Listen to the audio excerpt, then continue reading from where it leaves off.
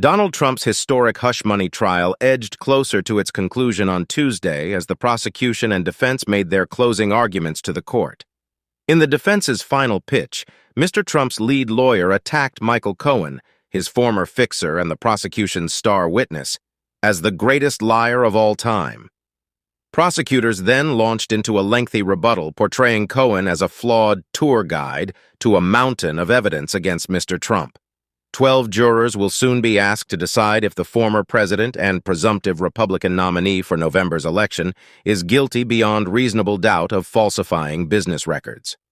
Over the past 6 weeks, Mr. Trump, 77, has sat through days of testimony regarding a hush money payment made before the 2016 election to Stormy Daniels, a former adult film star, in exchange for her silence over an alleged sexual encounter.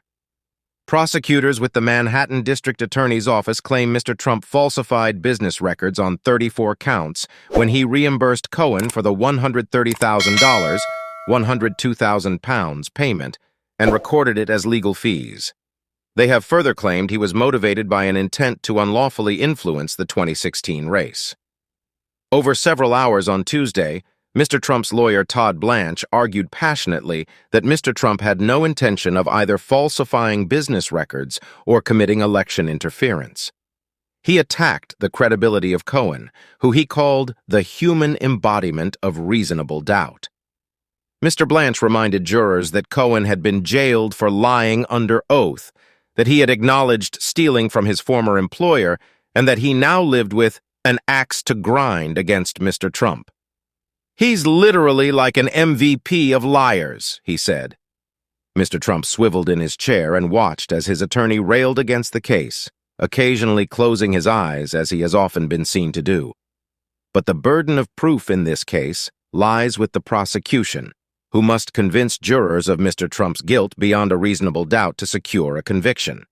Lead counsel for the prosecution. Joshua Steinglass took a nearly 4-hour route through his closing argument, finally wrapping at around 20 o'clock local time at the behest of Justice Juan Merchan. At its core, the case against Mr. Trump is about a conspiracy and a cover-up, he said.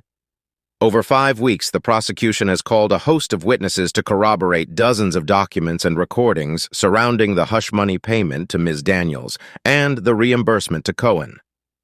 Mr. Steinglass acknowledged the problems with some witnesses, including cringeworthy testimony from Ms. Daniels, as well as the considerable baggage of their star witness. "The defendant chose Michael Cohen to be his fixer," he pointed out. "We didn't pick him up at the witness store." Mr. Steinglass said the jury must consider not whether you like Cohen or whether you want to go into business with him, but view him instead as a tour guide to evidence that his actions helped one person and one person only. If jurors ignore the sideshows, he added, they will find Mr. Trump guilty. Some legal experts say it will be no easy feat to persuade jurors of the broader theory, that Mr. Trump falsified business records with the intent to cover up another crime, unlawfully influencing the 2016 election. Others said the prosecution may have taken too long to make its final points. Lawyers love to talk, but less is more in a case like this, former federal prosecutor Neema Rahmani told the BBC. The panel of 12 New York jurors will weigh Mr. Trump's legal fate and must unanimously agree to convict or acquit him. If they cannot agree on a verdict, the case will move to a mistrial. Kindly like, subscribe, and share your thoughts in the comments section.